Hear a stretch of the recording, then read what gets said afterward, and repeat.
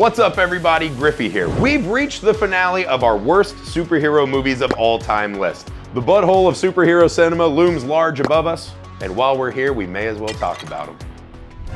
It's clobbering time! Number 4, Fan 4 Stick. What a stupid title, right? This is not a dirt bike logo, this is a movie. Give it a proper title. So, if you've watched all of our videos in this series, you know that this is the second time the Fantastic Four have appeared on our worst superhero movie list. And they probably could have appeared a couple more times, right? This is the franchise that they will not give up on. I can do this all day. Yeah, I know. These characters, right? This cast may be the most unlikable cast in the history of superhero films. There's not a person that you even want to stand in line next to while paying for a soda at a gas station. Miles Teller himself, right? Years away from getting his beach party abs from Top Gun Maverick, right? Now he's just got creepy, I blow things up in my garage abs, right? His face is punchable. Second is the Thing, right? The Thing is the heart and soul of the Fantastic Four. He is this big giant monster, but he has this soft inner core that we love, right? He is a gentle giant. Not in this one.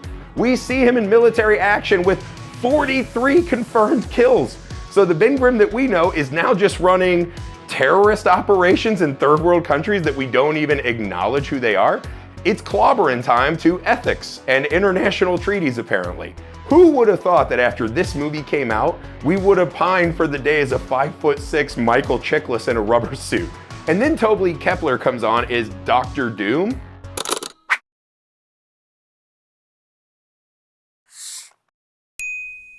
He's a shut-in.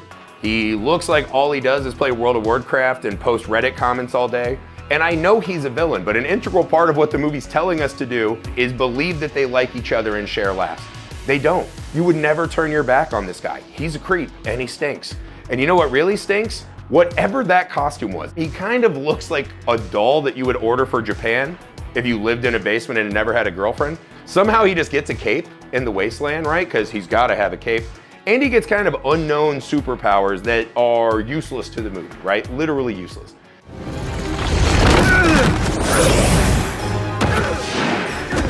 Even the great Michael B. Jordan, an actor who people love, who exudes charisma in every single role, manages to be a complete wet noodle. Who's that uncle that you hate? That's this movie, times 4. No, nay, 5. 5 of them, right? Because only 4 of them are Fan 4 Stick, the other one's a bad guy. There's no energy, there's no likability, there's no story. It's just every single thing that could go wrong in a comic book movie right here. And there was a kind of now legendary backstory of everyone having all these problems behind the production, behind the scenes. Don't care. No excuse for anything that was on the film. When you take on the responsibility, great power will come. Number 3, Madam Web. This is not even a movie, right? It's not an effects reel. This is some kind of unusual hodgepodge of the most sickening corporate minds, right? It's hard to even fathom what they thought this movie was going to be and who they were making it for. We start with some kind of cockamamie arachnophobia opening in the jungles. We're gonna find this spider that's gonna cure everything. But really we're gonna kill each other because we're gonna get spider powers out of it. But there's already jungle spider warrior people that could have just stopped the crime that starts the movie. There's like 50 of them, and none of them could catch the guy who didn't have spider powers. That's a tough place to start your superhero movie. The other gimmick that Madam Web employs is this kind of horrible time travel vignette, right? Wait, I need to get your oxygen levels. Again? What are you talking about? It is the worst use of time travel ever committed to film. All it does is they show you a boring, unfulfilling action scene with a generic Wish.com spider person, and then they make you watch it twice. How cruel. Our lead actress, played by Dakota Johnson, the entire runtime of the movie is her deciding that she wants to bail on these teenagers so they can get murdered and she can go back to her unfulfilling existence. It's so hard to sit in a car with her.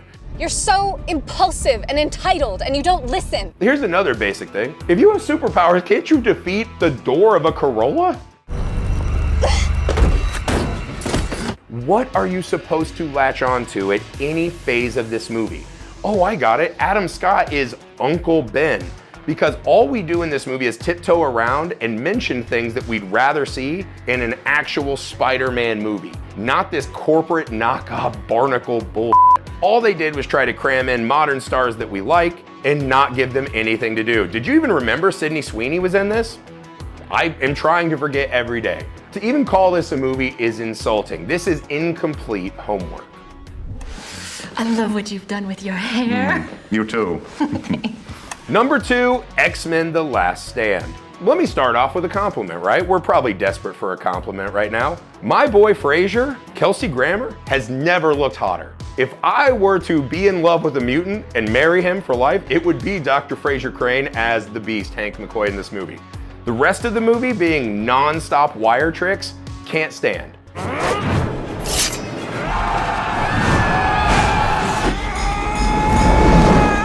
This movie loves wire swings more than Hugh Jackman's Van Helsing, and that's an incredible amount, right?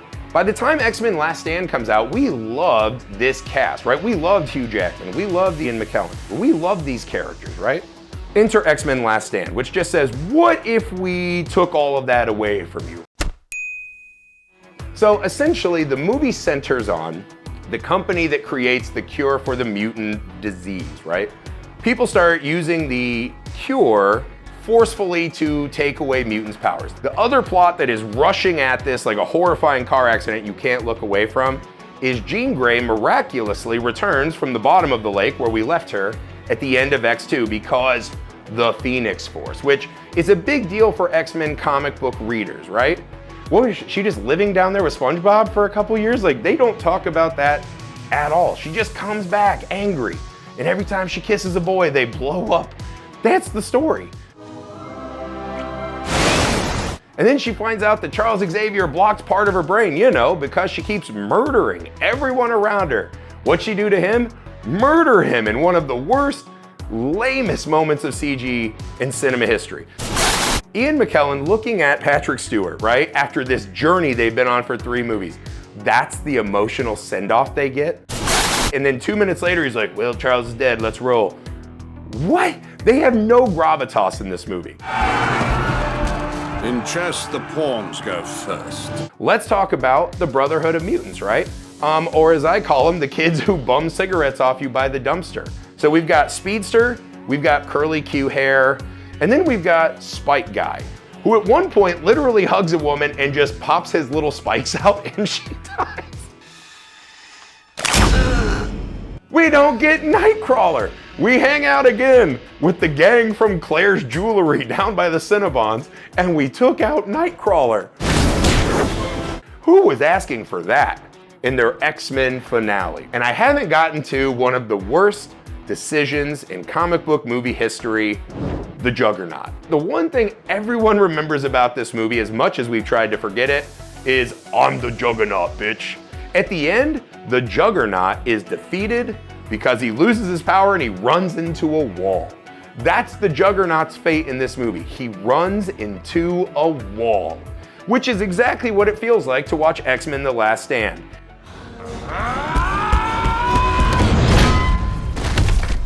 By the end of the film, the entire plot of this movie is rendered irrelevant because Magneto's gonna get his powers back, Professor X may be back, and Jean may be back. The haunting visage at the thought of having to do this movie again, it's the one thing I am thankful to Fox for, is that they mercifully murdered this franchise in its bed.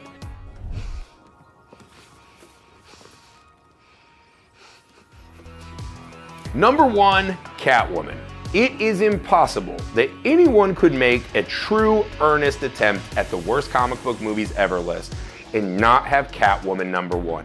The story essentially centers around a very catty Sharon Stone who's mad she's getting pushed out because she's an aging woman at a makeup company, taking so much of this new, highly toxic makeup that it turns her face into marble and she can't feel. She's literally a woman made of stone. Pair that with an even more catty Halle Berry, right? She's kind of this lonely woman who just happens to have cats all around her, but Halle Berry gets to actually pretend that it's hard to fight a 50-some-year-old woman because she cannot feel in her cheeks. The movie never says that she's rubbing Bioline all over all her other bits, right? Is every part of her hard?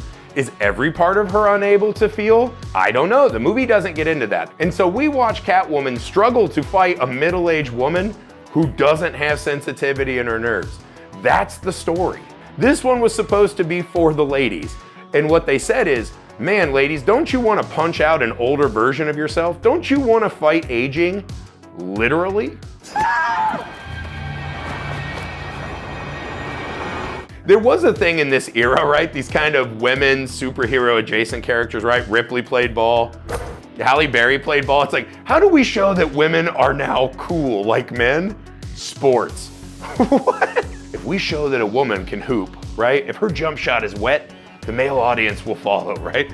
Ending the scene in like a full mount, like, you know, a Genuine song, right? Like really getting on it while young kids cheer at their local Boys and Girls Club and they're like, we just want to eat, what's happening? It is one of the hardest scenes to watch you'll ever see in a movie. Catwoman is specifically insulting to the audience they thought they were going to attract.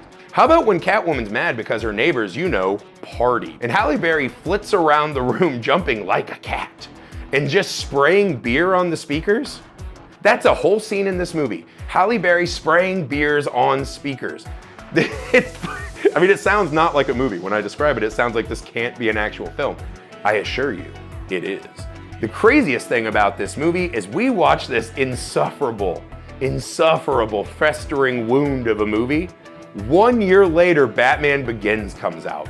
So we can blame the time period, right? For the horrible graphics, the just blatant sexism. We can blame the era for that. But one of the best comic book movies came out but a calendar year later. So I really don't think there's any excusing what we were forced to sit through with Catwoman. Again, we can argue about which ones don't do everything right from comic to page and all those classic comic book movie arguments. There's no debate. This is the single worst comic book film ever made. White Russian. No ice. Hold the vodka. Hold the Kahlua. So that's it. We've survived the worst comic book movies of all time. Now we can get back to watching true underappreciated comic book gems like Batman and Robin, Steel, the Tim Allen movie Zoom, Jonah Hex, Morbius, a triple feature of Dark Phoenix, Judge Dredd, and Ghost Rider, Howard the Duck, Spider-Man 3 with Tobey Maguire dancing around, whatever that was supposed to be. Why was Topher Grace so small as Venom?